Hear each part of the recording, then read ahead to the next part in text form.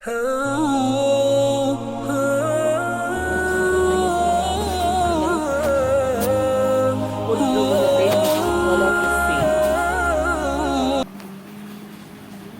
تعالیٰ کا بہت شکر و احسان ہے کہ اللہ تعالیٰ نے پھر سے ہم تمام کو اس مجلس میں جڑنے کی توفیق عطا فرمائی۔ اس میں ہمارا کوئی کمال نہیں ہے کہ ہم نے اپنی زندگی کا تھوڑا سا وقت نکال کر اللہ تعالیٰ کے دین کی خاطر لگا رہے ہیں۔ یہ سب کچھ اللہ تعالیٰ کا احسان و کرم ہے کہ اللہ تعالیٰ نے ہم کو اس دنیا کے ماحول سے نکال کر، گناہوں کے ماحول سے نکال کر، اللہ تعالیٰ نے ہم تمام کو ایک جگہ جڑ کر بیٹھ کر دین کی باتیں سننے اور سمجھنے کی توفیق عطا فرمائی۔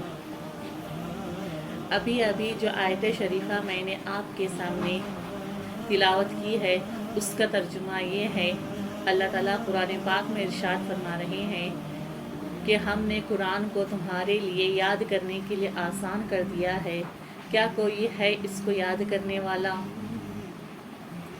رسول پاک صلی اللہ علیہ وسلم نے حدیث پاک میں ارشاد فرما رہے ہیں کہ تم میں سے بہترین شخص وہ ہے جو قرآن شریف کو سیکھے اور سکھائے۔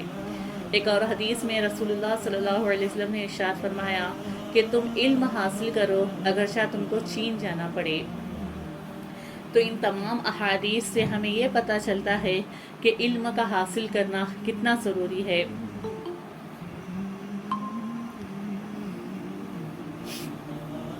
اور ایک حدیث پاک میں رسول اللہ صلی اللہ علیہ وسلم نے ارشاد فرمایا کہ ہر مسلمان کو اتنا علم حاصل کرنا بہت ضروری ہے جس سے اسے حلال و حرام کی پہچان ہو جائے۔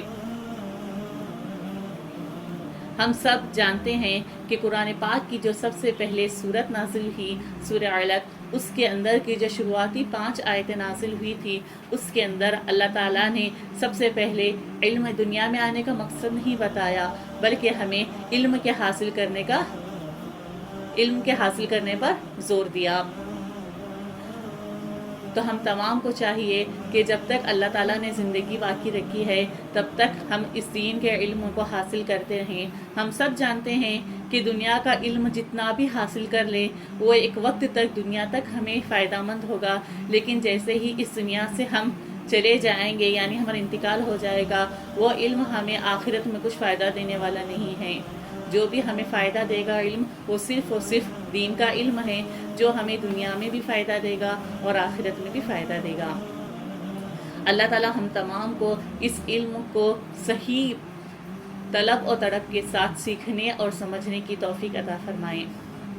تو چلیے، سب سے پہلے ہم نے یہ جو قرآن شریف کی جو آخری 10 آیتیں ہیں، سورہ فیل سے لے کر سورہ ناس تک، اس میں تمام کی تمام رسول اللہ صلی اللہ علیہ وسلم کی زندگی یعنی سیرت النبی اور کفار مکہ کے بارے میں ہی آئی ہوئی ہیں۔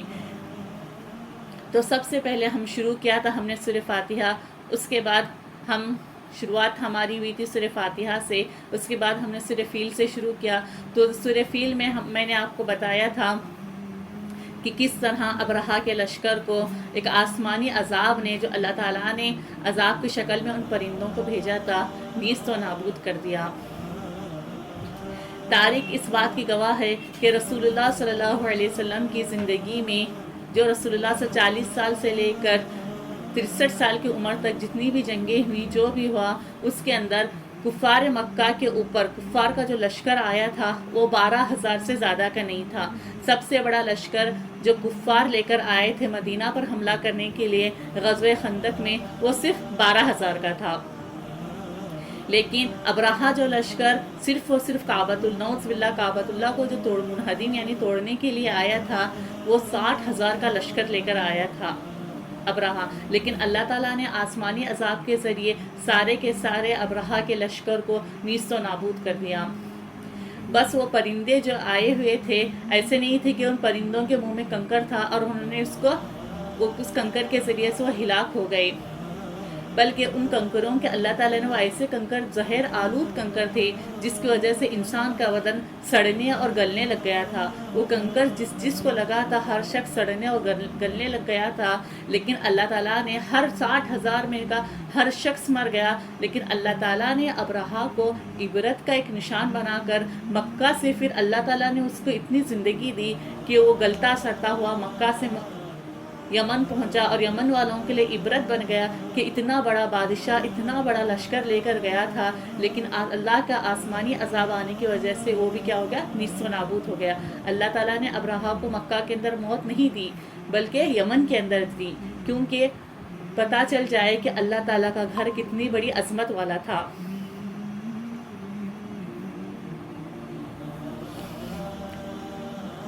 جس طرح موسیٰ علیہ السلام کے زمانے میں اللہ تعالیٰ نے فرعون کا غرق تو کیا سمندر میں، لیکن اللہ تعالیٰ نے اس کی لاش کو عبرت کے لیے آج تک باقی رکھا ہوا ہے کہ جو کوئی اللہ تعالیٰ کی نافرمانی کرے گا اس کا یہ حشر ہوگا۔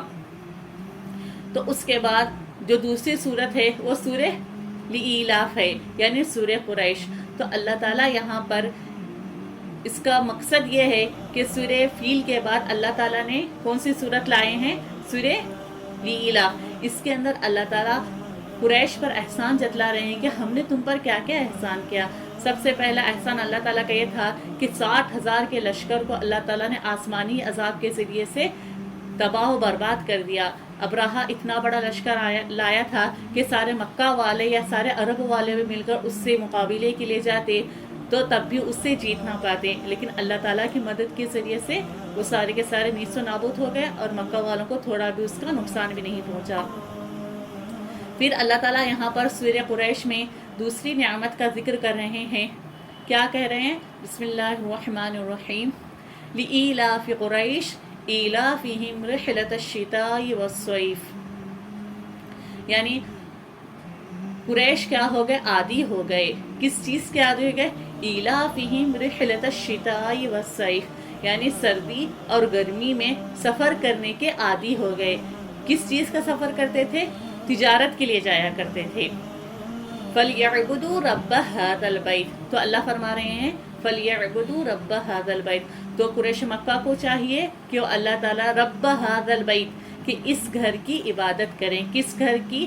جس گھر کو اللہ تعالیٰ نے ابرہہ سے بچایا تھا، اس گھر کی کیا کریں؟ عبادت کرے۔ لیکن کفار مکہ نے کیا کیا تھا؟ اس کے اندر 360 بتوں کو رکھ کر ان کی عبادت کر رہے تھے۔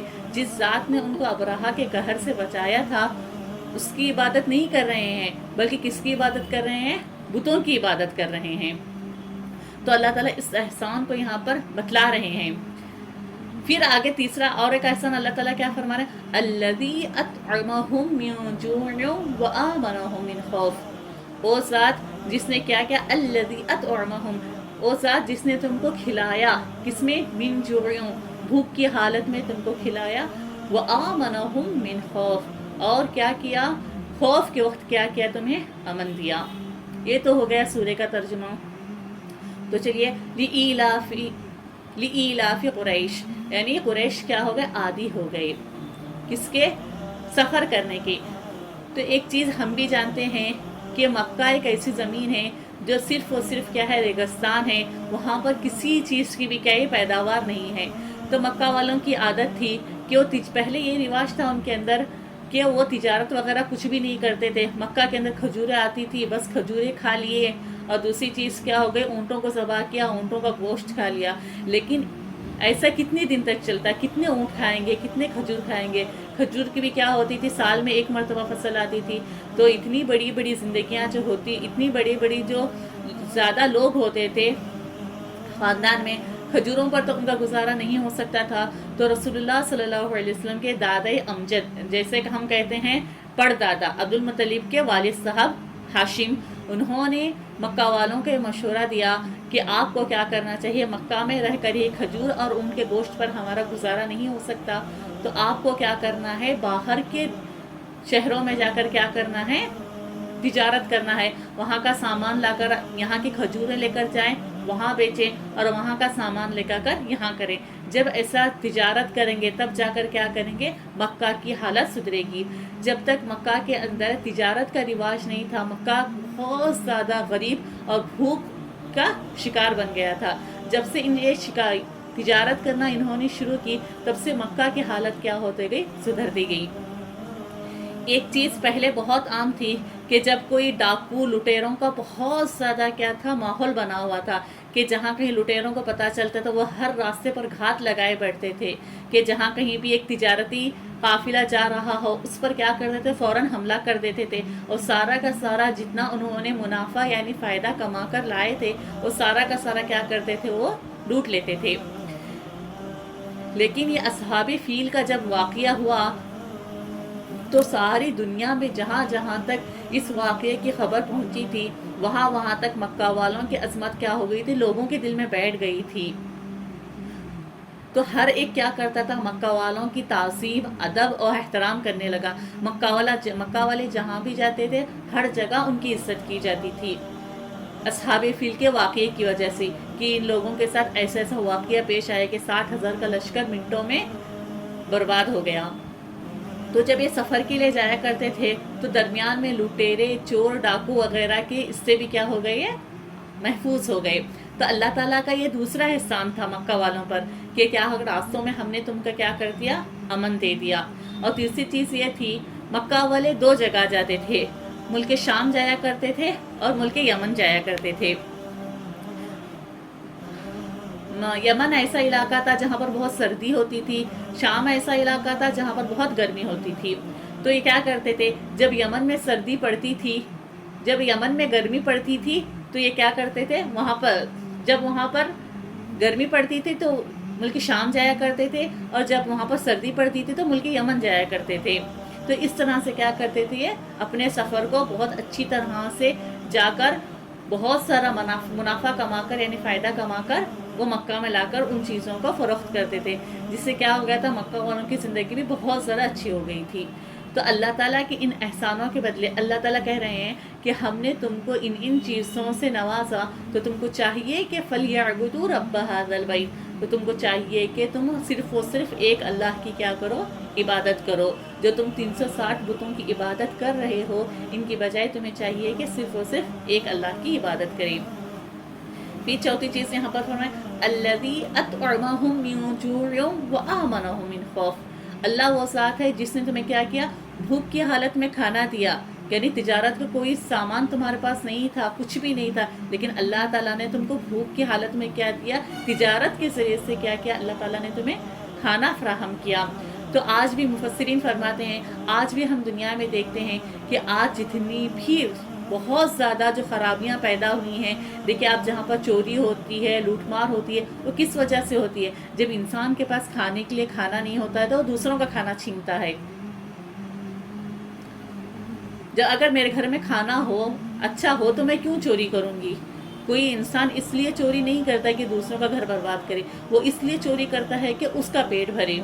جب معاشرے کے اندر یہ چیز نکل جائے گی، یعنی سب کو اگر کھانا ملنے لگ جائے دنیا میں، تو چور لٹیروں کا دور کیا ہو جائے گا، ختم ہو جائے گا۔ ہم بھی دیکھتے ہیں اکثر ہوتا ہے کہ جہاں کہیں سیلاب آ جاتا ہے یا سونامی آ جاتی ہے تو اس وقت بہت سارے گھر وغیرہ چوری ہونے لگتے ہیں۔ کیوں کہ جہاں پر سونامی آئی، سیلاب آ گیا، کہ وہاں ان لوگوں کا سارا کیا ہو گیا، برباد ہو گیا، ان کے لیے کھانے کے لیے کھانا نہیں ہے، تو وہ کیا کریں گے، دوسروں کا کھانا چھین کر کھائیں گے۔ اللہ تعالیٰ ہم تمام کی ان چیزوں سے حفاظت فرمائے۔ اور دوسرا چوتھی چیز اللہ تعالیٰ ان پر یہ احسان کر رہے ہیں، وَآمَنَهُم مِّن خَوْفٍ، اور ہم نے تم کو کیا کیا، خوف میں امان دی، یعنی ابراہا کا لشکر آ کر تم پر حملہ کرنے والا تھا، ہم نے تم کو امان دی آسمانی عذاب کے ذریعے سے۔ اور دوسری چیز کیا تھی، جو جب تم تجارت کرنے کے لیے جاتے تھے راستوں میں تم پر لوٹ مار کی جاتی تھی، اس لوٹ مار سے بھی کیا کر دیا، ہم نے تم کو امان بخشی۔ تو پھر سے میں اس سورے کا پھر سے ترجمہ کروں گی۔ بسم اللہ الرحمن الرحیم، شروع کرتی ہوں اللہ کے نام سے جو بے حد مہربان اور نہایت رحم کرنے والا ہے۔ لِإِيلَافِ قریش عادی ہو گئے، ایلافہم رحلۃ الشتاء والصیف، کس چیز کے عادی ہو گئے، ایلافہم سردی اور گرمی کے سفر کے لیے کیا ہو گئے، وہ عادی ہو گئے۔ تو دیکھیں شتا کے معنی ہیں سردی کا موسم، صیف کے معنی ہیں گرمی کا موسم۔ سواد سے دیکھیں، سین سے سیف پڑھیں گے تو اس کا مطلب ہوتا ہے تلوار، سواد سے سیف پڑھیں گے تو اس کا مطلب ہوتا ہے گرمی کا موسم۔ تو دیکھیں مخارج کی غلطی کی وجہ سے اگر ہم سورہ ایلاف پڑھ رہے ہیں لإیلاف قریش ایلافہم رحلۃ الشتاء والصیف، اگر سین کا مخرج نکالیں گے تو ہم کہہ رہے ہیں کہ قریش عادی ہو گئے سردی اور تلوار سے. تو ہمارے صرف مخرج کی غلطی کی وجہ سے سارا کا سارا مطلب ہی کیا ہو جاتا ہے، اللہ تعالیٰ کچھ اور فرما رہے ہیں، ہم کچھ اور پڑھ رہے ہیں، مطلب ہی ہم قرآن کو ہی بدل رہے ہیں صرف مخارج کی غلطی سے. اس وجہ سے علم کا حاصل کرنا، قرآن کو بہت باریکی سے پڑھنا، اس کے مخارج کو، اس کے حروف کو کس طرح ادا کرنا اس کا حق ہے، وہ ادا کرنا ہم تمام پر واجب ہے، بہت بہت ضروری ہے.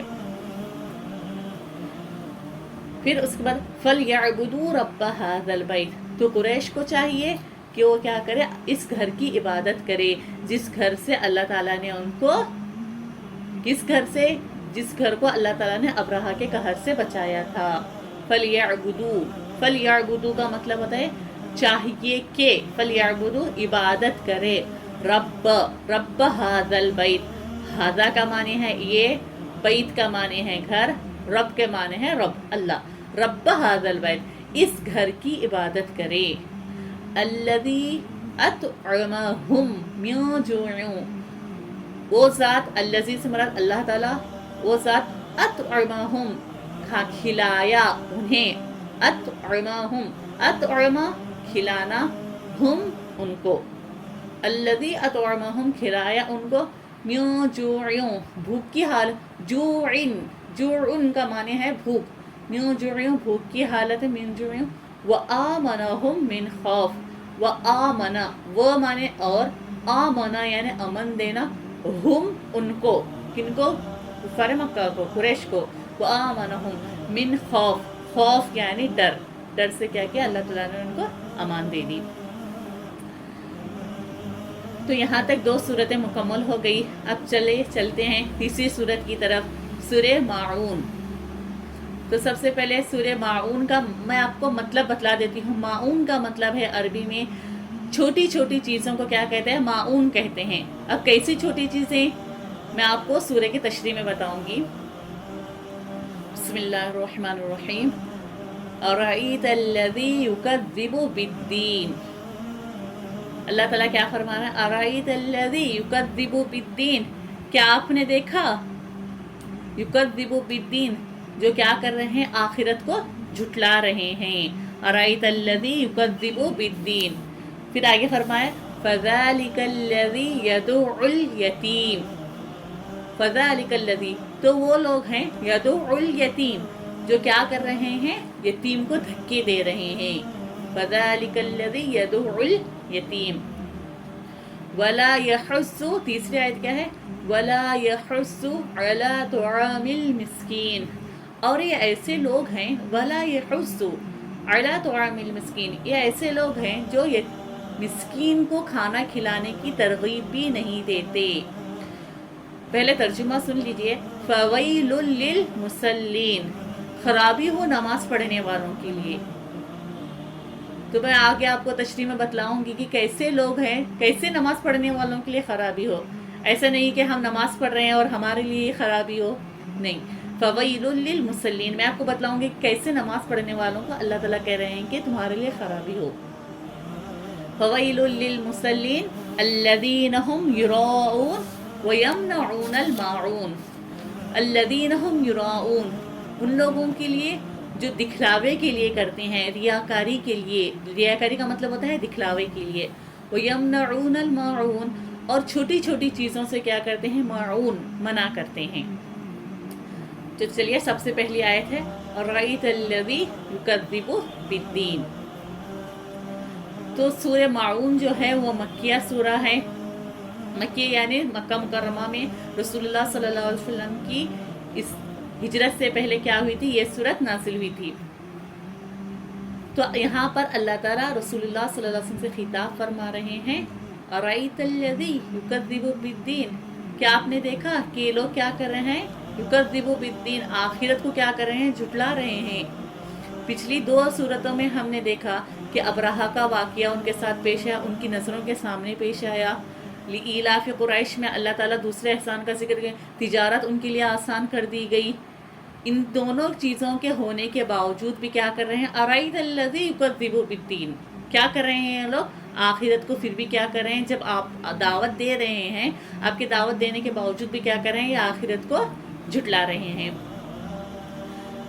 تو بالدین، دین ہوتا ہے دین اسلام بھی، لیکن قرآن میں جو یہاں پر دین کو استعمال کیا گیا ہے، جیسے ہم صرف فاتحہ میں بھی ہم نے پڑھا تھا مالکی یوم الدین، اللہ تعالیٰ روز جزا کا مالک ہے، یعنی آخرت کا مالک ہے۔ تو یہاں پر ارائیت الذی یکذب بالدین، تو یہاں بھی آخرت ہی مراد ہوگی، دین سے مراد دین اسلام مراد نہیں ہوگا، وہ بھی ہے لیکن یہاں سورہ کے اندر کیا ہے؟ آخرت مراد ہے۔ پھر دوسری آیت ہے فَذَلِكَ الَّذِي يَدُعُّ الْيَتِيمَ، کیا کر رہے ہیں؟ اور وہ لوگ ہیں جو کیا کر رہے ہیں؟ یتیم کو دھکا دے رہے ہیں۔ دیکھیے یہاں پر کفار کی 3 عادتیں ہمیں بتلائی گئی۔ سب سے پہلی کیا چیز ہے ان کی؟ کفار جو اللہ تعالیٰ کو نہیں مانتے تھے، کیا کرتے ہیں؟ آخرت کا انکار کر رہے ہیں، آخرت کو جھٹلا رہے ہیں۔ اور دوسری چیز کیا کر رہے ہیں؟ یتیموں کو دھکا دے رہے ہیں۔ اور وَلَا يَحُضُّ عَلَىٰ طَعَامِ الْمِسْكِينِ، اور تیسری چیز کیا کر رہے ہیں؟ مسکین کو کھانا کھلانے کی ترغیب نہیں دے رہے ہیں۔ تو یہ کن کی چیزیں تھیں؟ کافروں کے اندر کہ اللہ تعالیٰ یہ جو بری عادتیں تھیں، بری خصلتیں تھیں، اس کے بارے میں اللہ تعالیٰ یہاں پر کہہ رہے ہیں۔ تو سب سے پہلے چیز ہے یتیم۔ یتیم کس کو کہیں گے؟ ہماری زبان میں ہم یتیم اس شخص کو کہتے ہیں جس کا باپ مر گیا ہو، اس کو ہم یتیم کہتے ہیں۔ یا کسی کی، اگر تھوڑے لوگ تو ایسا کہتے ہیں کہ اگر ماں بھی مر جائے تو یتیم ہے، لیکن شریعت کی نظر میں یتیم وہ ہوگا جس کا باپ مر گیا ہو۔ اور یتیم بچہ اس وقت تک رہتا ہے جب تک وہ بالغ نہ ہو جائے۔ جیسے ہی لڑکا ہو یا لڑکی ہو بالغ ہو جائے تو وہ یتیم کے اس زمرے سے کیا ہو جاتا ہے؟ نکل جاتا ہے۔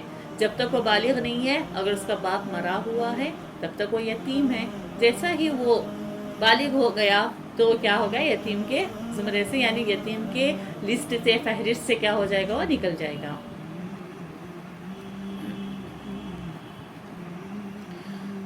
تو آج ہم دیکھتے ہیں کہ یتیموں کے ساتھ کیسا کیسا سلوک کیا جاتا ہے۔ آپ قرآن کے اندر بارہا اللہ تعالیٰ نے یتیم کے بارے میں، یتیم کے ساتھ حسن سلوک کرنے کے بارے میں جنت کا وعدہ بھی کیا ہے، اور یتیم کے ساتھ برا سلوک کرنے پر جہنم کی آیتیں بھی نازل ہوئی ہیں۔ تو ایک حدیث پاکہ مفہوم ہے، مسند احمد نے اس کو روایت کیا ہے، حضرت ابو امامہ رضی اللہ تعالیٰ عنہ سے روایت ہے کہ رسول اللہ صلی اللہ علیہ وسلم نے ارشاد فرمایا کہ جو کوئی بندہ صرف اور صرف اللہ کی رضا کے خاطر کسی یتیم کے سر پر ہاتھ پھیرتا ہے تو اس کے ہاتھ کے نیچے جتنے بال آئیں گے اسے ہر بال کے بدلے میں اللہ تعالیٰ نیکیاں عطا فرمائیں گے۔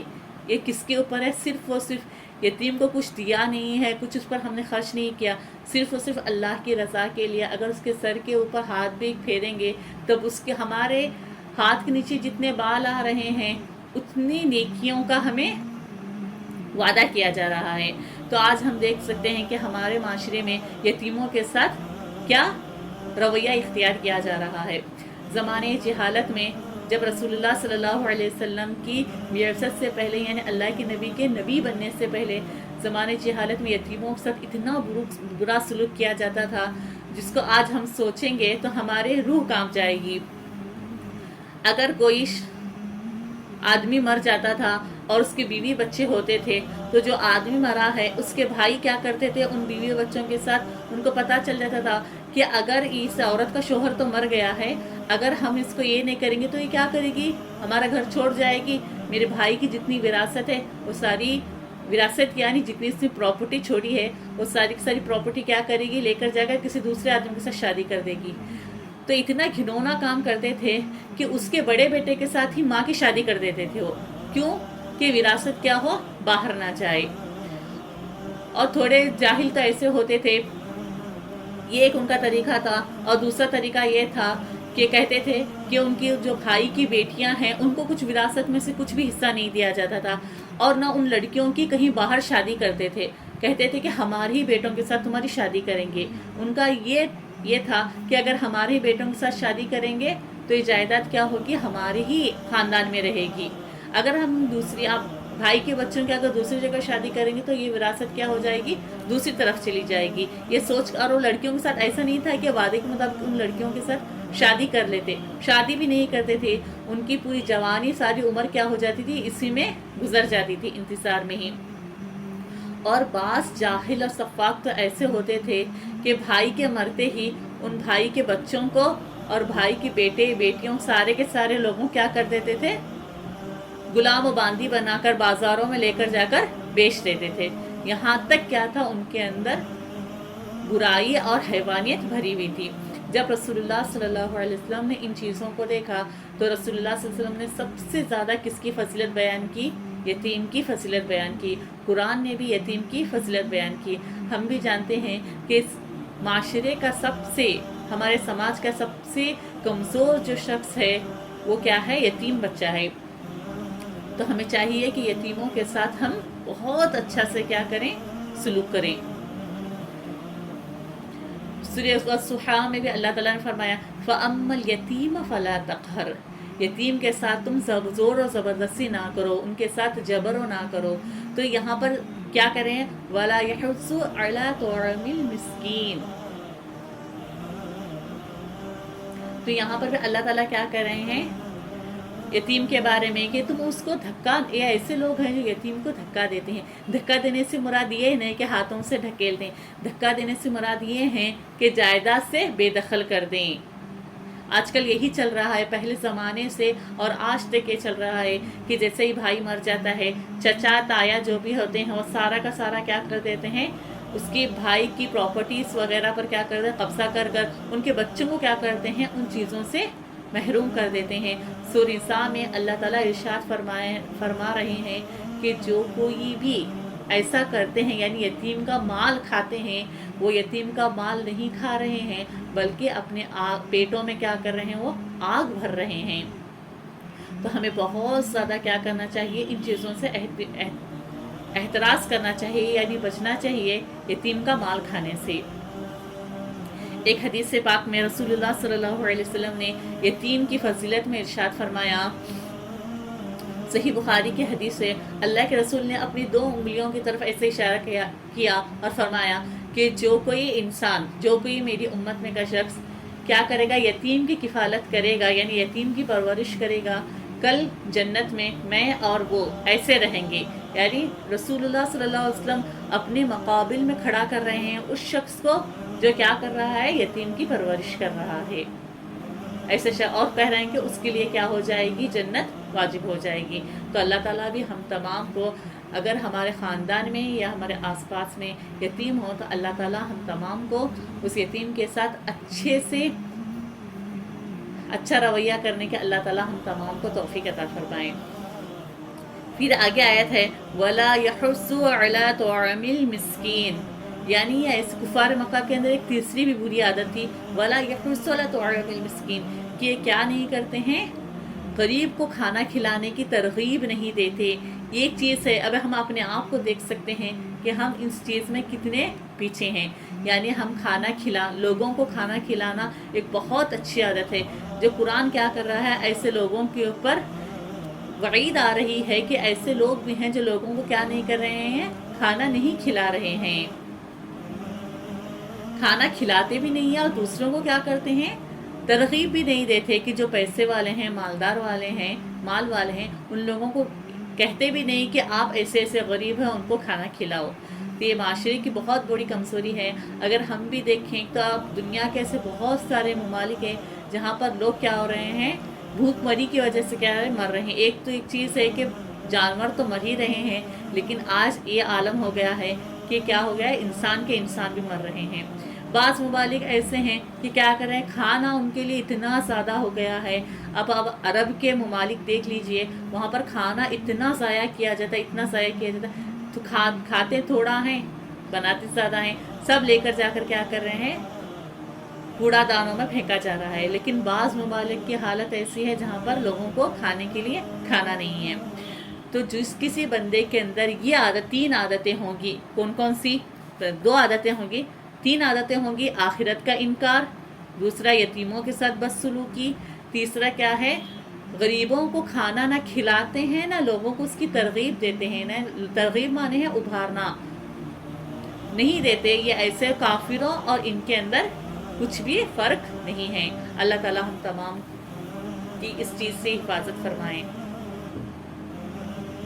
چوتھی آیت میں اللہ تعالیٰ ارشاد فرما رہے ہیں فَوَيْلٌ لِّلْمُصَلِّينَ، خرابی ہو نماز پڑھنے والوں کے لیے۔ تو یہ جب آیت سنتے ہیں تو پریشان ہو جاتے ہیں کہ نماز پڑھنے پہ تو ثواب ہے، یہاں پر خرابی کس چیز کے لیے کہا جا رہا ہے؟ تو مراد یہاں پر مفسرین حضرات رحمۃ اللہ علیہم یہاں پر خرابی اس شخص کے لیے کہہ رہے ہیں، یا تو یہاں پر دو چیزیں ہو سکتی ہیں، یا تو کیا ہے، پہلی چیز کیا ہے، سستی سے نماز پڑھنا، جو آج ہمارے اندر بھی بہت زیادہ کیا ہو گئی ہے، عام ہو گئی ہے۔ فویل للمصلین میں وہ لوگ آئیں گے جو سستی سے نماز پڑھتے ہیں، اور یا کیا کرتے ہیں، قضا کر کے نماز پڑھتے ہیں۔ نماز پڑھ رہے ہیں لیکن کیا کر رہے ہیں، قضا کر کے پڑھ رہے ہیں یا سستی سے پڑھ رہے ہیں۔ یہ سستی سے نماز پڑھنا کس کی علامت ہے؟ منافقین کی۔ منافق کون لوگ تھے؟ جو رسول اللہ صلی اللہ علیہ وسلم کے زمانے میں، جس کے بارے میں قرآن کہتا ہے یخادعون اللہ، کہ وہ کیا سمجھ رہے ہیں، اللہ تعالیٰ کو دھوکہ دے رہے ہیں۔ مطلب سمجھیے، منافقین ان لوگوں کو کہیں گے جو رسول اللہ صلی اللہ علیہ وسلم کے سامنے تو کہتے تھے کہ ہم ایمان لائے، ہم مسلمان ہو گئے، لیکن ان کے دل میں کیا ہوتا تھا، کفر ہوتا تھا۔ وہ صرف زبانی مسلمان تھے لیکن اندر کے اندر کیا تھے، وہ کافر ہی تھے۔ ایسے لوگوں کو کیا کہا گیا، منافقین۔ تو ہم سب جانتے ہیں سورہ 3 میں ہے فی درک الاسفل، جہنم کے 7 دروازے ہیں، جہنم کے 7 درجے ہیں، جو سب سے نچلا درجہ ہوگا وہ اسفل السافلین ہوگا، یعنی سب سے زیادہ خطرناک عذاب یہ اسفل السافلین والوں کو ملے گا۔ اور اسفل السافلین میں وہ لوگ رہیں گے جو کیا کرتے ہیں، منافقین ہوں گے۔ تو منافقین کی ایک عادت کیا ہے، اللہ تعالیٰ نے فرمایا وَإِذَا قَامُوا إِلَى الصَّلَاةِ قَامُوا كُسَالَىٰ، جب وہ نماز کے لیے کھڑے ہوتے ہیں تو کیسے کھڑے ہوتے ہیں، سستی سے۔ ایک ان کی عادت ہے منافقین کی۔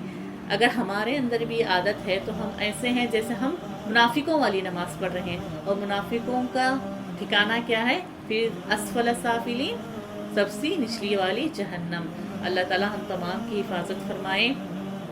اور دوسری چیز کون سی ہے، نماز کو ٹال کر پڑھنا، اس کے وقت پر نہ پڑھنا۔ جیسے اذان ہو گئی، چلو پڑھیں گے، آخری وقت میں یا نماز قضا ہونے کے بعد میں پڑھنا، ایسے لوگوں کے لیے گیا فویل للمصلین، کیا کریں، ایسی نماز پڑھنے کے لیے خرابی ہو۔ تو حدیث میں آتا ہے ویل کس کو کہتے ہیں، ویل کیا ہے، یہ جہنم کی ایک جگہ ہے۔ دیکھیے جہنم میں بہت ساری الگ الگ گناہ کرنے والوں کے لیے الگ الگ اللہ تعالیٰ نے یہ بنائے ہوئے ہیں، جگہ بنائے ہوئے ہیں، زنا کرنے والوں کے لیے، شراب پینے والوں کے لیے، یہ ہر ایک کے لیے کیا ہے، الگ الگ، شوہر کی نافرمانی کرنے والوں کو ایسا عذاب دیا جائے گا، ہر ایک کے لیے عذاب دیا جائے گا۔ جو ویل جو جگہ ہے فویل للمصلین کہا جا رہا ہے، تو یہ ویل ایسی جگہ ہے، اتنی خطرناک، اتنی دردناک یہ جگہ ہے۔ حدیث شریف میں آتا ہے کہ ویل ایسی جگہ ہے جس سے جہنم 400 مرتبہ دن میں، ایک دن میں خود جہنم 400 مرتبہ کیا کرتی ہے، پناہ مانگتی ہے۔ پناہ یعنی خود جہنم اللہ سے دعا کر رہی ہے کہ اے اللہ تو مجھے ویل سے بچا۔ ویل اتنی دردناک جگہ ہے کہ خود کیا کر رہی ہے، سوچئے جہنم کیا کر رہی ہے، اس سے پناہ مانگ رہی ہے، اللہ تعالیٰ سے کہہ رہی کہ اے اللہ تو مجھے اس سے بچا۔ تو ایسی جگہ کس کو ڈالا جا رہا ہے، نماز میں سستی کرنے والوں کے لیے یہ جہنم بنائی گئی ہے، اور نماز کو ٹال کر پڑھنے والوں کے لیے ویل بنائی گئی ہے۔ تو سوچئے نماز تو پڑھ رہے ہیں، بس سستی کر رہے ہیں، اور ٹال کر پڑھنے والوں کے لیے جب یہ بنائی گئی ہے تو سوچئے جو ہماری زندگی کا کتنا حصہ جو بغیر نماز کے چلا گیا، تو جو نماز نہیں پڑھتے ان کے لیے اللہ تعالیٰ نے کون سا عذاب تیار کر رکھا ہوگا۔ اللہ تعالیٰ ہم تمام کو 5 وقت نماز پڑھنے کی توفیق عطا فرمائیں۔ پھر آگے ہے الذین ھم یراؤون، ٹھیک ہے، یہ تو ان لوگوں کا ہو گیا۔ اور تھوڑے لوگ کیسے ہیں، الذین ھم یراؤون، جو کیا کرتے ہیں، نماز سے ہی ربط ہے یہ آیت، الذین ھم یراؤون، جو لوگ کیا کرتے ہیں، دکھلاوے کے لیے نماز پڑھتے ہیں، دکھلاوے کے لیے اعمال کرتے ہیں۔ یہ تیسری صفت ہے ایک سستی کرتے ہیں، دوسری کیا کرتے ہیں، ایک سستی کرنا، دوسرا نماز کے وقت کو ٹال کر پڑھنا، تیسری چیز کیا ہے، الذین هم یراؤن، کیا کر رہے ہیں، نماز کو دکھلاوے کے لیے، ریاکاری کے لیے کیا کر رہے ہیں، وہ نماز پڑھ رہے ہیں۔ ہم نے اکثر بارہا احادیث میں سنا ہے کہ ریاکاری کرنے والوں کو کون سی جہنم میں ڈالا جائے گا، بیل میں ڈالا جائے گا۔ تو ابھی دیکھیے ہماری بہت سی عادت ہوتی ہے کہ جو ہمیشہ نماز پڑھنے والے ہوتے ہیں وہ چاہے کچھ بھی ہو جائے ہر حال میں نماز پڑھیں گے۔ ہمارے اطراف ہم دیکھتے ہیں بہت سے لوگ ہوتے ہیں، ہم بھی اس میں شامل ہوں اللہ کے نزدیک، کیا پتا، تو کیا کرتے ہیں، جب لوگوں کے سامنے ہوتے ہیں تو نماز پڑھنے لگ جاتے ہیں، جب لوگ چلے جاتے ہیں، ہم اکیلے بیٹھے ہوئے ہوتے ہیں، کوئی ہمیں اللہ کے سوا دیکھنے والا نہیں ہوتا، تب سوچتے ہیں کہ چلو نماز پڑھو یا نہ پڑھو، کیا فرق پڑتا ہے۔ تو ایسے لوگ بھی کیا ہو جائیں گے، اسی آیت کے وعید میں داخل ہوتے ہیں، جو کیا کرتے ہیں، لوگوں کو دکھانے کے لیے نماز پڑھتے ہیں۔ تو مفسرین اس میں ان لوگوں کو بھی شامل کرتے ہیں جو کیا کرتے ہیں، دیکھیے آپ نے اپنے آس پاس بہت سی چیزیں دیکھی ہیں کہ رمضان میں کیا کرتے ہیں، ایک مہینہ مکمل نماز پڑھیں گے، ایک مہینہ مکمل نماز پڑھیں گے، جیسے ہی آج چاند دکھا تو نماز شروع، جیسے ہی چاند دکھا نماز ختم۔ تو یہ کون سی نماز ہے، دکھلاوے کی نماز ہے، کہ لوگ یہ نہ کہیں کہ ارے رمضان میں بھی یہ نماز کے لیے نہیں آتا۔ لوگوں کو دکھلانے کے لیے کیا کر رہے ہیں، یہاں پر نماز پڑھ رہے ہیں۔ تو اللہ تعالیٰ ہم تمام کو ایسے چیزوں سے کیا کرے، اللہ تعالیٰ ہماری حفاظت فرمائے، ریاکاری سے اللہ تعالیٰ ہماری حفاظت فرمائے۔ اور چوتھی آیت کیا ہے، چھٹی آیت، وَيَمْنَعُونَ الْمَاعُونَ، يَمْنَعُونَ الْمَاعُونَ الَّذِينَ هُمْ عَنْ صَلَاتِهِمْ سَاهُونَ۔ اس آیت کا ترجمہ کیا ہے، اور وہ لوگ جو نمازوں میں کیا کرتے ہیں، بھولتے ہیں، یعنی ایک چیز ہوتی ہے بھولنا۔ دیکھیے رسول اللہ صلی اللہ علیہ وسلم سے بھی کیا ہے، ثابت ہے کہ اللہ کے نبی نے بھی کیا کیا تھا، نماز کے اندر اللہ کے نبی سے بھی کیا ہو گئی تھی، بھول چک ہو گئی تھی۔ اکثر ہمیں کیا نمازوں کے اندر کیا ہوتا ہے، ہماری بھول چک ہو جاتی ہے، تو وہ لوگ کیا ہے اس میں شامل نہیں ہے۔ جو لوگ ہمیشہ بھولتے ہیں، مطلب جیسے نماز کو ٹہرتے ہیں ان کا دھیان ہمیشہ کہیں اور ہوتا ہے، ویسے لوگوں کے لیے کیا ہے، یہ وعید ہے، نماز کے اندر بار بار بھولنا۔ ایک چیز ہوتی ہے سمجھے فطری ہے، ہمیں یاد نہیں رہتا، وہ الگ ہے۔ ہم نماز کے لیے ٹہرے ہوئے ہیں، پوری دنیا جہاں کا خیال ہمارے ذہنوں میں ہے، جس سے نماز کے اندر کیا ہو گئی، ہماری خرابی آ گئی، نماز کو ہم بھول گئے، تو ویسے لوگوں کے لیے کیا ہے، یہاں پر وعید نازل ہوئی ہے۔ ایک انسانی فطرت ہے، بھول جاتے ہیں، وہ اس سے کیا ہے، الگ ہے۔ اور یہاں پر چھٹی آیت میں کیا فرمایا گیا، الذین ہم یراؤن، اور وہ لوگ بھی ہے جو ریاکاری کرتے ہیں، جس کے بارے میں نے آپ کو بتلایا۔ اور آخری آیت ہے وَيَمْنَعُونَ الْمَاعُونَ، اور ان کے اندر ایسی بری چیزیں ہیں کہ کیا کرتے ہیں، وَيَمْنَعُونَ الْمَاعُونَ، جو چھوٹی چھوٹی چیزیں ہوتی ہیں ان چیزوں سے منع کرتے ہیں۔ یہ خاص کر ہماری عورتوں کے لیے ہے کہ دیکھیے یہاں پر اس کا مطلب کیا ہے، چھوٹی چھوٹی چیزیں ہیں، جیسے ہماری پڑوسی نے ہم سے برتن مانگ لیا، کہ کہتے ہیں جس سے ہمیں کیا ہوتا ہے، دینے میں کیا ہے، ہمارا کچھ نقصان نہیں ہو رہا ہے، کہ آپ کا تھوڑا برتن دو، تو ہمارے گھر مہمان آنے والے ہیں، ہم آپ کو کیا کر دیں گے، کھانا بنا کر، اس میں تھوڑا کھانا بنا کر دے دیں گے۔ یہاں تک مفسرین کہتے ہیں کہ جو نمک مانگتے ہیں، نمک بھی کیا ہے اس میں شامل ہے۔ پڑوسی کہتے ہیں ہم سے آپ تھوڑا نمک دے دیجئے، تھوڑی ہلدی دے دیجئے، جو بھی ہے پڑوسی مانگتے ہیں، ان چیزوں سے جو منع کرتے ہیں ان لوگوں کے لیے کیا ہے، خرابی ہے، کہ ایسی چیزیں دینا جس سے کیا ہو، سامنے والے کو کوئی نقصان نہ ہو، جن کے دینے سے ہمیں کچھ نقصان نہیں ہو رہا ہے، تو ایسی چیزوں کے منع کرنے سے قرآن نے منع کیا ہے۔ چلیے بہت بڑی بڑی چیزیں ہوتی ہیں، اگر کوئی کہے کہ ہمارے پہنے ہوئے کپڑے مانگ رہے ہیں تو وہ معاون میں شامل نہیں ہوگا، کیونکہ وہ ہم نے پیسے دے کر خریدے ہیں، تو وہ کیا ہوگا، اگر ہم ان کو دے دیں گے تو اس سے ہمارا کیا ہو جائے گا، نقصان ہو جائے گا۔ تو اگر کوئی ہماری گاڑی مانگ رہا ہے، کوئی گھر مانگ رہا ہے، تو وہ کیا ہے، معاون میں شامل نہیں ہوں گے۔ لیکن یہ جو چھوٹی چھوٹی چیزیں مانگتے ہیں لوگ، آپ کے تھوڑی کنگھی دے دیں، ہم کنگھی کر کر دے دیں گے آپ کو، تو ایسی جو چھوٹی چھوٹی چیزیں ہوتی ہیں، جیسا حدیث میں آتا ہے پھاوڑا مانگ لیا کسی نے، پھاوڑا ایک ایسی چیز ہے جس کو کوئی دوسرا استعمال کرنے کی وجہ سے ہمارا کوئی نقصان نہیں ہوگا، تو ایسی چیزوں کے منع کرنے سے قرآن منع کرتا ہے کہ آپ کا ہمسایہ یا آپ کا پڑوسی آپ سے ان چیزوں کے مطالبہ کرے یعنی مانگے تو آپ ان کو کیا کر دیں؟ بے جھجک دے دیں۔ تو یہاں پر کیا ہوتی ہے؟ دیکھیے آج کل کیا ہوگا ہے یتیم، میں یتیم کے بارے میں کچھ کہنا چاہوں گی کہ یتیم کے بارے میں کیا آج کل ہمارے بارے میں بہت کیا ہے غلط خیالات بیٹھ گئے ہیں کہ یہ بچہ یتیم ہے، اس کا کیا ہوگا، کیسے ہوگا۔ تو حضرت رسول اللہ صلی اللہ علیہ وسلم نے ارشاد فرمایا، ایک حدیث سے پاک کا مفہوم ہے کہ رسول اللہ صلی اللہ علیہ وسلم نے ارشاد فرمایا کہ دو لوگوں کی بد دعا سے بچو۔ کس کس کی؟ ایک مظلوم اور دوسرا یتیم۔ کس کس کی؟ ایک مظلوم اور دوسرا یتیم، کیونکہ اللہ کی نبی نے فرمایا کہ ان دونوں کی بد دعا اور اللہ کے نصیحت، ان دونوں کی بد دعائیں کیا ہوتی ہیں؟ راتوں رات اللہ کی بارگاہ میں قبول ہو جاتی ہیں۔ مظلوم اور یتیم کی بد دعا کیا ہے؟ راتوں رات اللہ کی بارگاہ میں قبول ہو جاتی ہیں جبکہ لوگ آرام کر رہے ہیں۔ جس شخص نے مظلوم کے ساتھ ظلم کیا، یہ یتیم کے ساتھ ظلم کیا، اس کو پتہ بھی نہیں رہتا، لیکن اللہ تعالیٰ کے یہاں پر کوئی پردہ حائل نہیں ہے مظلوم اور یتیم کی بد دعا کو پہنچنے کے لیے۔ دن میں بد دعا دیں یا رات میں بد دعا دیں، یتیم کی اور مظلوم کی بد دعا پہنچنے کے لیے اللہ کے اس میں کیا ہے؟ کوئی آڑ بھی نہیں ہے۔ اللہ تعالیٰ ہم تمام کو ان چیزوں سے بچائے۔ دیکھیں سورہ صحا میں ہے الم یجدک یتیما فآوا، یہاں پر اللہ تعالیٰ اپنے نبی سے فرمائے الم یجدک یتیما فآوا، کیا آپ یتیم نہیں تھے؟ فآوا، ہم نے آپ کو ٹھکانہ دیا۔ اگر یتیم ہونا شرم کی بات ہوتی، دنیا میں افسوس کی بات ہوتی، تو ہمارے نبی جب پیدا ہوئے یتیم ہو کر پیدا ہوئے۔ جو تمام کائنات جن کے لیے بنائی گئی ہے وہ کائنات کے سردار ہی کیسے پیدا ہوئے ہیں؟ یتیم پیدا ہوئے ہیں۔ یتیم پیدا ہونا یا یتیم ہونا کوئی شرم کی بات نہیں ہے، ہماری تقدیر کی برائی کی بات نہیں ہے، بس ایک چیز ہوتی ہے کہ اللہ کی مرضی ہوتی ہے۔ اس کی وجہ سے کیا ہوتے ہیں؟ کسی کے ساتھ کوئی بچے یتیم ہو جاتے ہیں، کسی کے ساتھ کچھ ہو جاتا ہے، کسی کے ساتھ کچھ ہو جاتا ہے۔ اگر یتیم ہونا برا ہوتا تو اللہ کے نبی کو اللہ تعالیٰ یتیم پیدا نہ کرتے۔